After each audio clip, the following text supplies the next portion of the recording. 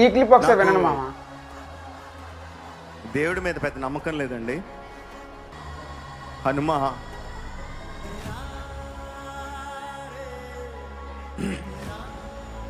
వెనకాల ఉంటాడు, గుండె తట్టి నడిపిస్తాడు అని చెప్పారు.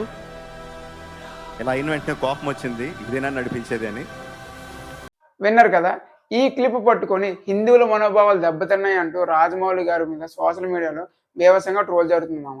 అసలు ఏ సిచ్యువేషన్లో రాజమౌళి గారు అన్నారంటే, ట్రైలర్ ఈవెంట్ రోజున ఎల్ఈడి స్క్రీన్ మీద ట్రైలర్ అనేది ప్లే అవ్వట్లేదు, ఏదో టెక్నికల్ గ్లిచ్ వచ్చిందంట. అలా ఒకసారి కాదు 3 సార్లు ప్లే అవ్వడం జరగలేదు.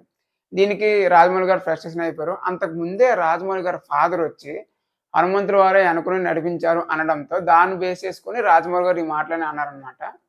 దీనికి మీ టీం చేసిన తప్పుకి దేవుడు ఏం చేస్తాడు?